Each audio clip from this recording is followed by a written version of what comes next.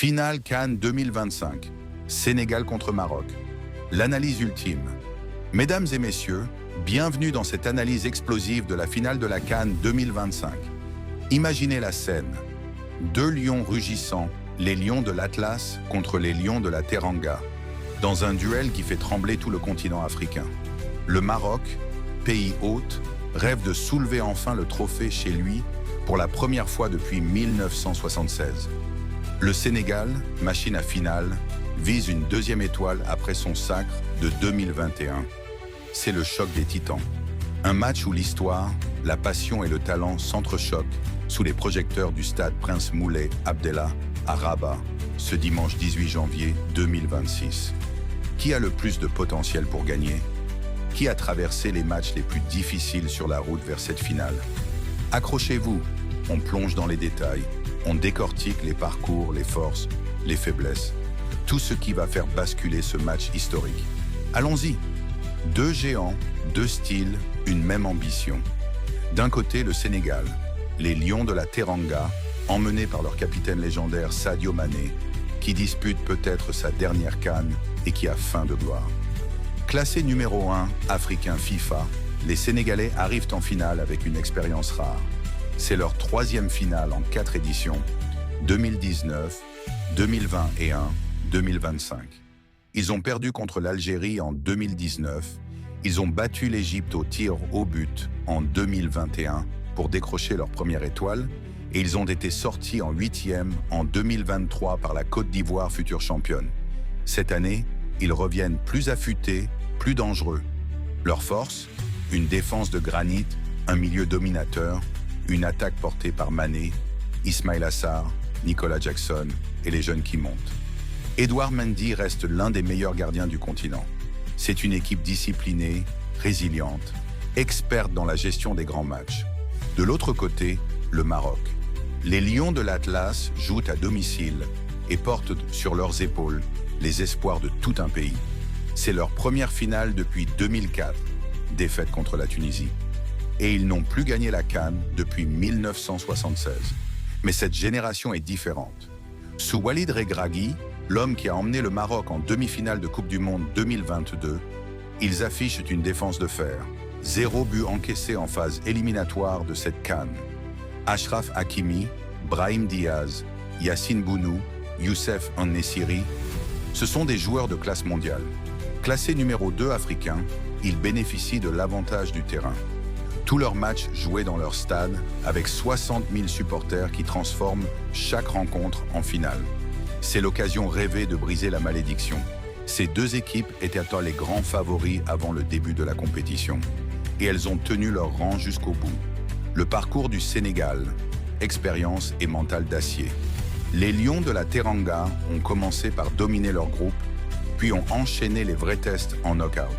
8e de finale, Sénégal 3 à 1 Soudan, un outsider qualifié parmi les meilleurs 3e. Sur le papier, une formalité. Sur le terrain, le Soudan a résisté longtemps, mais Mané et ses coéquipiers ont fait la différence. Victoire confortable, bon rodage. Quart de finale, Sénégal 1-0. Mali, un derby ouest-africain très tendu. Le Mali a posé d'énormes problèmes. Expulsion malienne après une demi-heure, supériorité numérique pendant plus d'1 heure. Et pourtant, le Sénégal a dû attendre un but tardif pour l'emporter.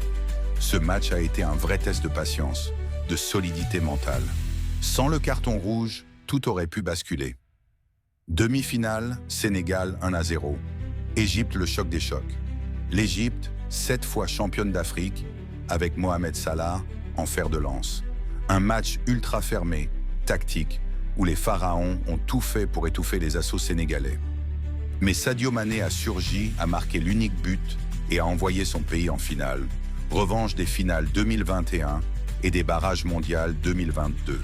Un match irrespirable où le Sénégal a dû montrer une discipline exemplaire face à une équipe revancharde et ultra expérimentée. Bilan. Le Sénégal a affronté un outsider, un rival régional coriace et un géant historique.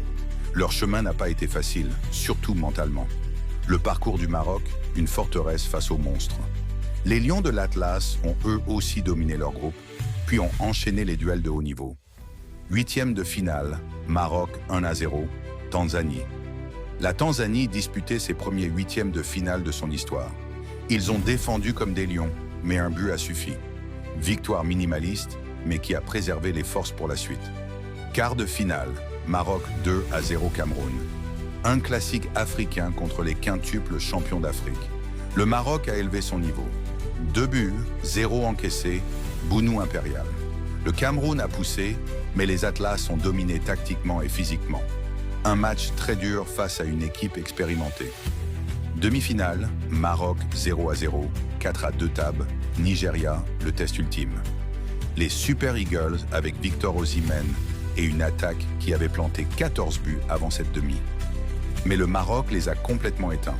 16 tirs à 1, domination totale sur 122 minutes.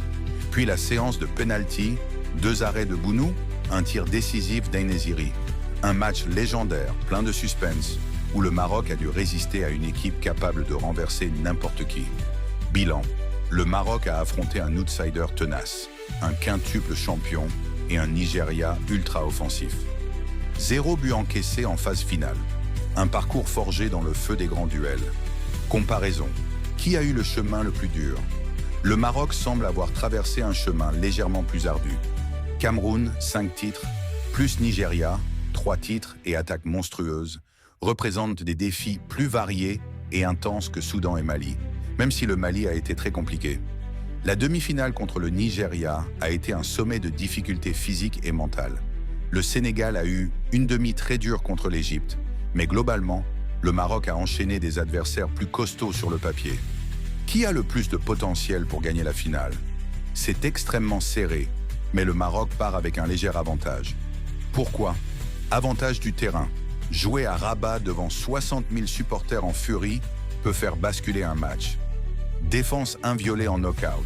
Ils n'ont pas encaissé un seul but face à des attaques comme celle du Nigeria. Intensité technique. Hakimi, Brahim Diaz, Bounou, En-Nesyri, ce sont des joueurs capables de faire la différence à tout moment. Motivation historique. Première finale depuis 21 ans. Première victoire depuis 49 ans. L'envie est immense. Le Sénégal a cependant des atouts majeurs. Expérience des finales, 3 en 4 éditions. Sadio Mané en mode « Je veux marquer l'histoire ». Organisation et discipline qui leur permettent de gérer les prolongations et les tirs au but. Capacité à marquer sur des actions décisives, même quand le match est fermé. Pronostic personnel, Maroc 55%, Sénégal 45%. Ce sera une guerre tactique, un match de très haut niveau, peut-être décidé sur un détail, un penalty, une inspiration individuelle ou une séance de tirs au but. Conclusion. Dimanche 18 janvier 2026, Rabat retiendra son souffle. 2 nations, 2 légendes en construction, un trophée continental en jeu. Le Sénégal veut écrire une nouvelle page glorieuse avec Mané. Le Maroc veut enfin être sacré chez lui et entrer dans l'histoire. Quelle que soit l'équipe qui soulèvera le trophée, l'Afrique gagnera avec ce spectacle. Dites-moi en commentaire, vous êtes plutôt Sénégal ou Maroc? Quel est votre score pronostic? Et surtout, qui selon vous va soulever la CAN 2025? Merci d'avoir suivi cette analyse jusqu'au bout. Likez, abonnez-vous, activez la cloche pour ne rien rater des prochaines grosses affiches. On se retrouve après la finale pour le débrief complet. Allez l'Afrique!